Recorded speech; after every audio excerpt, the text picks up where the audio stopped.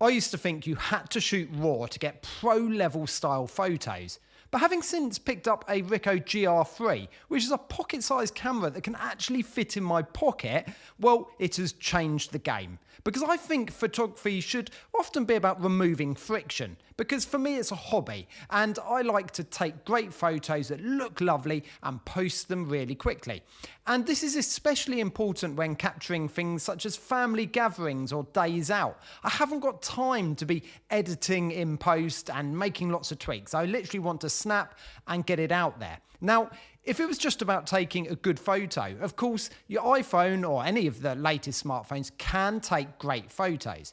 But they do have that very digital look. And while I'm not saying that's bad, because in some cases it looks really sharp, really nice. Actually, I wanted something a bit more filmic, a bit more natural, something that, grabbed that moody atmosphere that I was trying to portray within the photos. And that's where this recipe came in. Now, a little like those Fuji film images that you see famous on Instagram, well, you can produce looks straight out of the camera on your Ricoh GR III by setting up recipes, a certain look. Now, before we go any further, a really popular one, Reggie. Reggie's colour negative, and it is brilliant. I've got to big up Reggie for this. I've still got it loaded on my camera, and it's something that, as a daily shooter is perfect. But the reason I developed this is not because I wanted something better, I wanted something different. So I started searching for something that was a little bit more filmic, maybe a little bit less saturated, and just gave a slightly moodier look, because that sort of covered the style that I wanted, especially when travelling. And you'll see some photos here from Budapest. Now, while doing this searching, I found a Fuji recipe, this classic Cuban negative, and I thought, you know what, that looks nice. So I googled it for the Ricoh, and while there were a few sort of attempts at it, they were good, but I sort of thought, I reckon I can make something that's a little bit closer to it, or a little bit, suited to what I want to shoot. I sort of say with all of these looks, with all of these recipes, it's not that one is better than the other. It's just the one that you want to use, and it sort of portrays the look that you're going for. Because when it comes to photography, the colour and that just helps maybe adjust the tone, adjust the scene. It won't make up for a bad photo. You've still got to get your composition right. You've still got to, actually capture the right elements, but the look can change how people perceive it. And that's what I wanted to do. I wanted to get that real filmic, cinematic type look straight out of the camera. So I set about creating my own Cuban version on the Ricoh GR III. And this is what I've come up with. So if you want to follow along, here are the settings. Okay, so the first thing we're going to do, come into the image control, and I'm on negative film. Now, I think this gives a really flexible sort of filmic base for this look. It's soft, it's neutral, it doesn't oversaturate or oversharpen, so it's great for building a custom look. So press the FN and you start to come into the settings. So for saturation, I've put on this +2. It adds a little bit of punch to the colours, especially those warm tones like yellows and reds. And it stops that image film feeling too flat, but it's also sort of natural. I haven't tried to push it too far.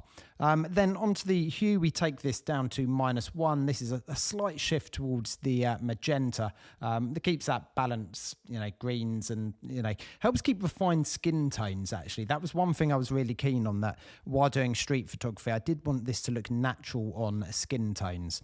As we move down to a high-low key adjustment, I just leave that at 0. I don't need to do anything else on that. I sometimes use the EV compensation dial if it's too bright or too light, but I just keep that setting as base on a 0. Then come down to contrast. Now, the +2 adds a little bit of strength, a little bit of depth, and just makes it feel that again, that extra little bit of punch, and I think that's really important, especially when doing sort of street photography, needs to have that setting. The contrast highlights I've got on -2, and it just helps soften those bright areas, especially when you've got those nice skies. I want to preserve a bit of detail, but yeah, just keeping it sort of nice and natural. As I come into the shadows, the contrast for them, it just deepens those shadows, and it gives the blacks a little bit more impact, which again is great for those sort of street scenes, those urban scenes or real sort of contrasty compositions. When we come into sharpness, well, I've actually removed a little bit of this because, I don't want it too digital. I want it, just a little bit softer. Again, the skin tones to, just feel nicer. Like I mentioned at the start, I don't want this like my iPhone. So I've just removed a bit of the sharpness. And shading I've put on -2. This again just adds that sort of dark corners, the vigilante, to just give it a little bit more of a classic film look. Now when we come into clarity, again -2, just softens it a little bit, gives it that bit of sort of dreamy softness that you see in film scans. And that's it for those main settings. What we then need to come back and do is come back into the white balance, because there is a custom setting on this. Hopefully you can still see the camera then. So I'm literally just on auto white balance, but I've done an M2 B2 correction. And the reason for this is, again, I just want those really nice skin tones, but it mimics a little bit more of that Fuji's classic Cuban colour, those sort of warm mid-tones, but slightly cool shadows. That was the setting I went with.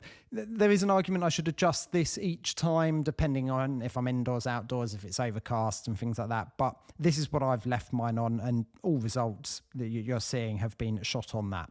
So there we go. Let me know what you think. If you've dialed this into your camera and you've tried it out, share some images. Let me know what you think it looks like, or what adjustments would you make? Because, while I've sort of put this together, I'm not saying I'm the absolute expert. Maybe I haven't quite got this right.